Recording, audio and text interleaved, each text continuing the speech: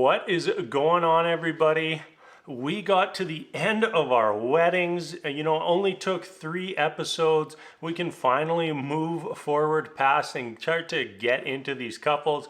Even just these weddings, I think we've got enough on some of these couples to call them officially done and over. And that's pretty interesting for, a franchise that I would have expected would have done everything in their power to make some good matches for once, and instead gave us this season. So as always, we will go through one couple at a time. I try to put the couples that I want to talk about most up front. Couples we got a little less to say about, we'll put at the end. So let's get into the juicy stuff. And this week, I want to start with Noi and Steve. You'd think I'd go straight to Isaac, but no, let's start with Noi and Steve. I like that Noi immediately picked up on Noi Moi. Like the wedding hadn't even started, asked his name and he's like, Steve Moi. And she's like, my name's Noi, Noi Moi. Pretty cute. So don't think it's going to be an issue. Seems like she's got a fun attitude, not like a person who takes herself too seriously. So I really don't think it's going to be an issue. Maybe she doesn't take his last name, but not a big deal. The friends and family part of the vow.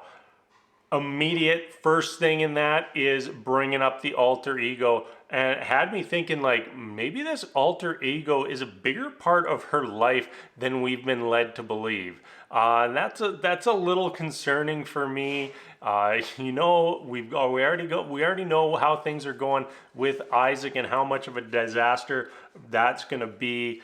So hopefully Noisy doesn't creep into this relationship like Isaac is going to ruin his relationship with Katina. The vows were just straight up in fast forward. They were just like, hey, we both have something in common because we're crazy enough to do this thing. I'm not a terrible I won't be a terrible partner. The end. And like done. Actually, my recap of the vows I think was longer than the actual vows. And it also did anyone notice that it seemed like they were like 10 feet apart when they were doing the ceremony? Like they were so far apart, and then walked down the aisle not holding hands. And was starting to get some like big time uh-ohs going on in my brain, like, uh-oh, this isn't looking good. If they're that uncomfortable with each other that they can't even hold hands while walking down the aisle, it's not going well. But that quickly turned around, and they really seem like a cute couple together. I know that I predicted them as a no in my preseason predictions, but they definitely moved up a few pegs tonight. I loved Noi getting the sash. I don't remember what she called it, for him, to kind of include him in her family traditions. Both families just seemed so lovely and so happy about everything that was going on. I really got a kick out of the scene of Steve with Noi's brother, like basically trying to convince him like, hey, maybe you should have sex with your wife tonight. Have you ever considered that maybe having sex with your wife tonight would be a great idea? Very cute. They seem like going to the hotel room for the night. They seemed very into each other, and I like them. I like them more. I like them more as the episode progressed. So they've definitely got me thinking that maybe there's a possible future here. The job thing came up, and that was kind of sold as that was going to be the big deal breaker. And Steve kind of explained what was going on very briefly too, and Noi was like, yeah, I'm cool with that, and they just moved on. So yeah, very much liked this couple, and hopefully things continue to go well with them. All right, next up we have Alyssa and Chris. This just feels like such a horrible match. Like, it's just a full countdown until divorce. Like, this couple is already just DOA, dead on arrival. I don't even know if she got to the end of the aisle before she made up her mind that she didn't want to be with the guy. Just brutal. And watching them, like, every time they're on the screen, like, just feel like you're holding your breath, waiting for disaster. Like, it's just right around the corner, and we got to the end of the episode and disaster did strike. One thing I want to say about Alyssa, I'm starting to think that it's a red flag when someone's friend circle is just all just copies of the same person. Like her friend group, like, you could just interchange each of them. They're the same person. At least that's the way they come across on this show. And that's kind of a red flag to me. Like, I like it more when people have a more diverse friend circle, like where different friends can offer different things to that friend circle. Like, yeah, maybe you're all going to share some common interests, but her friend group, her bridesmaids, they were the same person, and you cannot convince me otherwise. As the editing went on here, kept getting bombarded with clip after clip of Alyssa talking about physical attraction. Physical attraction. It's so important to me. There's got to be physical attraction. So, like, it's already like that's building up in your brain. Like, yeah, this is going to be an issue. This is going to be an issue. Otherwise, we wouldn't just get clip after clip after clip of her talking about it. And then they got married, sit down, have their chat, and straight into disc golf. Like, that's the first thing Chris wants to talk about. Doesn't want to know, like, hey, what do you do for a living? What are your hobbies? Do you like pets? No, he's like, hey, there's something I gotta ask you. I like disc golf. And it's like, no, dude, that's not how it works. That's not how it works. When she asks, hey, what do you do for fun? Then you bring up your disc golf. Like, you just went full in. You just went full in on disc golf. Like, instead of having a personality, you just have disc golf. And I don't know what was going on there, but probably not the way I would have done it. Cut to the photo shoot. That was awkward. You know, every other couple, you know, they're showing us all the different shots of them, the shots with the family, and like, we got nothing from them. It was so awkward. You know, the photographer being like, hey, put your head on his chest. And she was just like, no, I'm not an affectionate person. No, you are just not attracted to your husband. If you were, you would have done that, no questions asked. And I feel like she's just waiting, looking for her excuse to blow this marriage up. And, you know, she's going to get that. You know, I missed part of the episode. My recording cut out. And it was right when Alyssa was going to talk with Chris's friends, I believe it was. So I don't know if something was said there. I'm assuming that was the catalyst and the trigger for the events at the end of the night, where, you know, we just get that awkward shot of the cameraman like hiding behind the bush trying to get a shot of Chris. And it's like, what are you doing? Like, what on earth are you doing? Like, obviously Chris is going to be like, hey, there's a goddamn cameraman crouching behind the one plant in the building trying to get a sneaky shot of me. And it's like, dude, I can see you, and I know that means something's going on. And sure enough, it was. Alyssa was behind closed doors going off on her tirade about how she didn't like anything about this guy, not one characteristic that she's attracted to, and blah, blah, blah. So I'm hoping that I missed something really terrible that was said at the wedding. Maybe I did, maybe I didn't. Maybe she's just a terrible person. But anyways, got the very distinct impression that this relationship is done and dusted. It's a wrap. We did get clips of them in the preview trying to enjoy themselves on the honeymoon. But let's be real, this relationship is over. All right, next up, let's go to Katina and Isaac. Isaac, I don't believe anything that comes out of your mouth. Not a single thing. And like, just ridiculous. Like, this is a man trying to convince himself of these things that he's saying. Like, he's not trying to convince those around him. Like, there was a scene with, and like obviously they tried to make it look silly, but it was Isaac talking with Katina's mom and just him rambling all on, and like they edited it so it looked like he was rambling, like they were trying to play up the whole ADHD angle, like almost like they were trying to make fun of him a little bit for that. I didn't necessarily appreciate that. You know, this is somebody who's like trying to do what they think they should do, but you know, it's just not believable. And, you know, he's trying to say all the right things, but I still get the impression that this is a guy who, even though he's married, he's just trying to hook up with his wife. Like when it was Isaac